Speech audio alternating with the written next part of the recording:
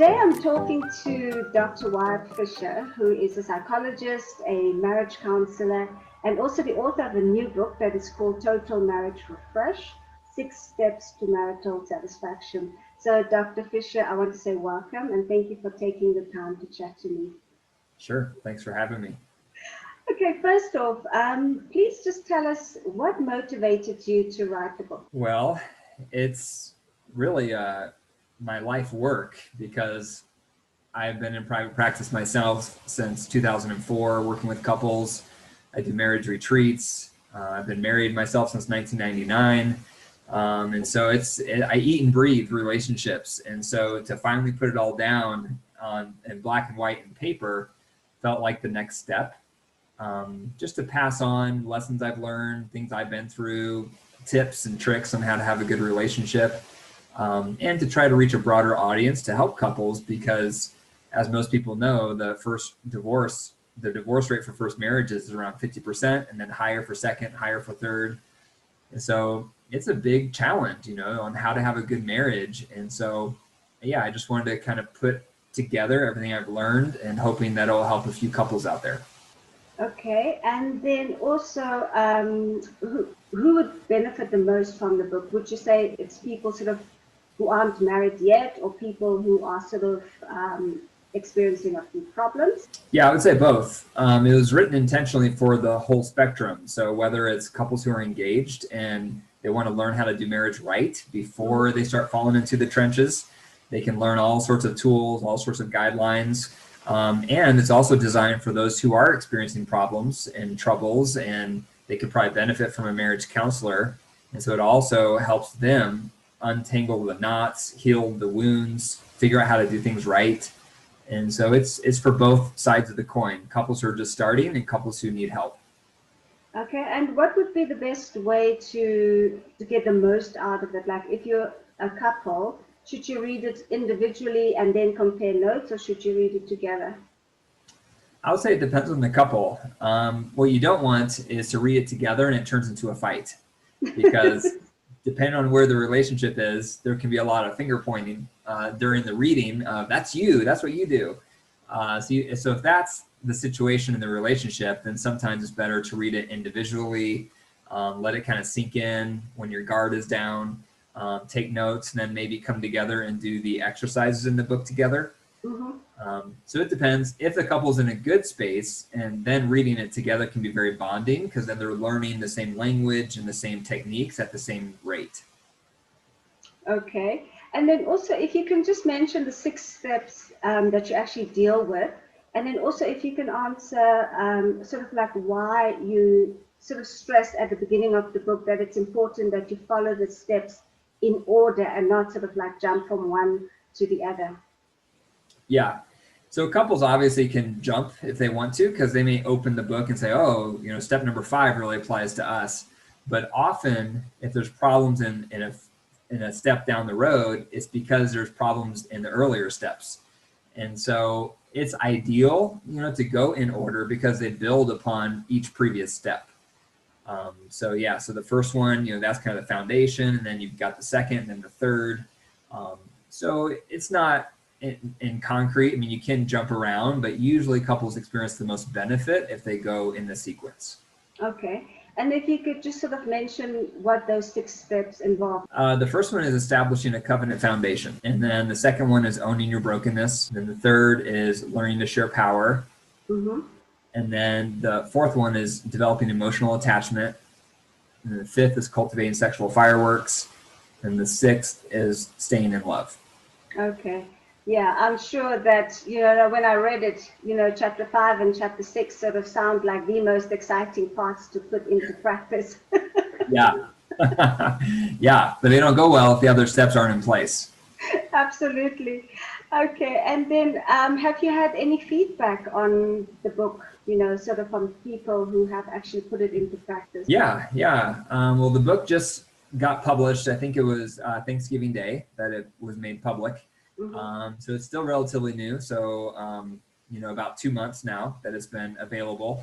And so the reviews are starting to come in. And so it's really good to just get feedback. And all the clients I work with in my practice, I have them get a copy of it, and then I have them read one chapter in between sessions, and then it's a supplement to our therapy together.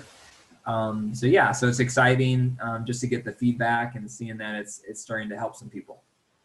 Okay, I mean that I think as an author it's always good to hear that people are enjoying your book, and I think from your type of book that they are getting benefits from it. So what comes next? I mean, you've written a book, so what else are you planning? Are you planning a follow-up book, or what other plans are in the pipeline for you? Yeah, so as far as writing another book, it took a lot out of me to write this one. And so I'm still recovering. But who knows? I mean, I have ideas rolling around in my head for a potential future book. But right now I'm just kind of catching my breath and letting the dust settle from this one. But I have other things I'm working on, all related to relationships. Chapter 6, as you may remember, I'm working on an app that's going to be coming out soon, which trains people on how to stay in love. And so it's a communication app on communicating your top needs, basically, like your top fillers, your top drainers, how are we doing filling up each other's love buckets. And so it's an app all around that concept. And so that's a big project I've been working on. And then when COVID passes, my seminar, my hope is to start training other leaders so that the seminar can start being offered in different cities, because I can't be everywhere at once. And so I've kind of reached my capacity of what I can do as a one-man show. Yeah. And so that's another big thing I'm working on is trying to branch it out. And then through the seminars, more people can find out about the app and the book. So those are kind of the things I'm working on right now. Okay. And you also have a podcast. Yes. Yeah, the Dr. Wyatt Show. Okay. Yep. And so go ahead. No, go ahead. I was going to say, so the podcast primarily is me just talking about very practical tips on how to have good relationships. And then occasionally I'll interview couples on what they've been through in their marriage and lessons they've learned. And so I just did one last week. And it was, it's just really fascinating to hear how the podcast is impacting people, but also so they can share their story so people listening don't feel alone, because it's so easy to feel isolated with challenges in your relationship. Yeah. One thing I've also noticed is that very often you have like one partner who is willing to seek help, and very often that tends to be the woman. So why is it important that both people are committed to really working on their relationship and working through the book together? Yeah, I mean, you only can help a couple to the degree they want to be helped. And so if you have one partner checked out, you still can make some impact through that one partner who's motivated and open and willing to work on things. But often if someone contacts me and says, hey, I want marriage counseling and my partner won't do anything, they won't show up, we try our best to just work on their part. The temptation that person has is to show up for sessions and badmouth their partner the whole time. So I have to remind them, we can't work on your partner. We only can work on you. Yeah. And so we have to talk about, let's get some feedback maybe from your partner on what they think your growth areas are. And if they see you making some changes, then maybe they'll be more open to coming on board and working on themselves also. But if that happens, you guys have to see someone else, because by then I'll have an alliance with you, and then it's going to be 2 against 1 when your partner comes on board. So that can be tricky, but yeah, I mean, everyone's at a different spot.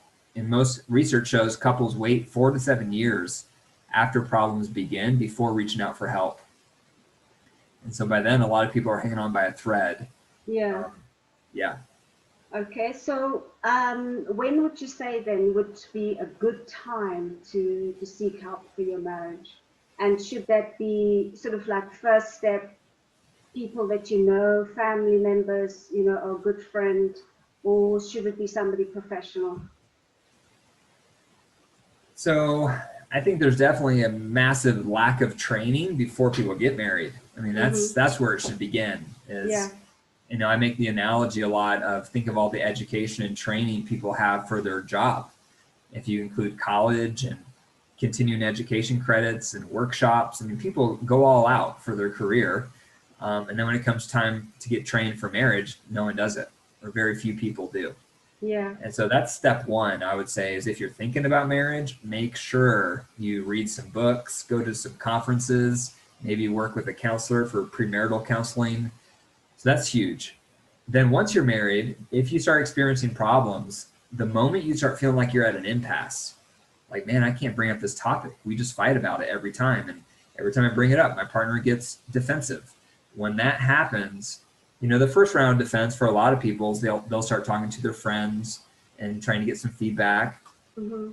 And sometimes that's enough. Sometimes that friend can help them see things a little differently.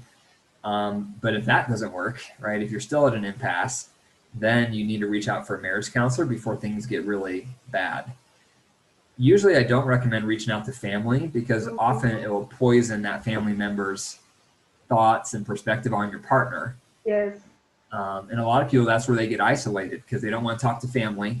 Yeah. And often they don't want to talk to friends because they're worried about the same thing, that then their friends are going to start disliking their partner. Mm-hmm. A lot of people just kind of wrestle with problems in their relationship all on their own. And then that just compounds the problems. Yeah. So I think just as a last thought, what would be your encouragement to people who are experiencing marriage, especially, problems in their marriage, especially when they think of like, okay, should I look for help, or even if they have your book, sort of like, what encouragement would you give them? Yeah. I think a couple things. One is there's a huge amount of marriage resources and relationship resources available today. Mm-hmm. I mean, you have podcasts, there's marriage books, there's marriage conferences, and reach out for help, reach out for training, and view it as if you're getting trained for the most important job of your life, which is to be a good partner. And so I would just say, start with accessing all of the available resources at your fingertips, where you don't have to leave the comfort of your own home. And try to find some type of resources that both you and your partner would be comfortable accessing. Mm-hmm. So some people don't want to go see a marriage counselor, but they'll sit down and listen to a podcast, or they don't want to read a marriage book, but they'll go to a conference. So just try to provide options, because there's so many things to choose from. Try to find something both you and your partner would be comfortable with. I would say the second thing is be careful of the tendency to point the finger at your partner. Right? Because that's the pattern. Yes. And like the old saying goes, when you're pointing the finger, you have three fingers pointing back at you. And so you always want to start with, what's my part? How am I contributing to this dynamic? What's it say about me that I'm upset with you about that? Right? And if you demonstrate that humility, taking ownership for your part, which is step number 2, owning your brokenness, usually that encourages your partner to start doing the same. And then you have 2 teachable partners. Yeah. Yeah, I must say, I think the best marriage advice that I got was on our wedding day. And the friend who married us said, the problem with us is me. So that helped a lot, like you said, instead of pointing the fingers at my husband or whatever, to first look at myself and to say, okay, so how have I contributed to this problem, And so that has really helped us, a lot in our marriage. Yeah. And even if it's 10%, right? Even if it's, not like the bulk, but if you start with yourself and take ownership for your part, that goes a long way to helping your partner not feel attacked and blamed. And then they're more willing to come forward to take ownership for their part as well. Okay.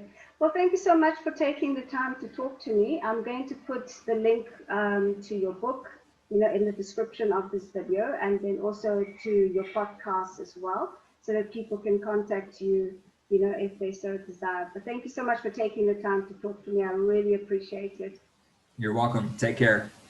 Take care. Thank you so much. Bye-bye. Bye-bye.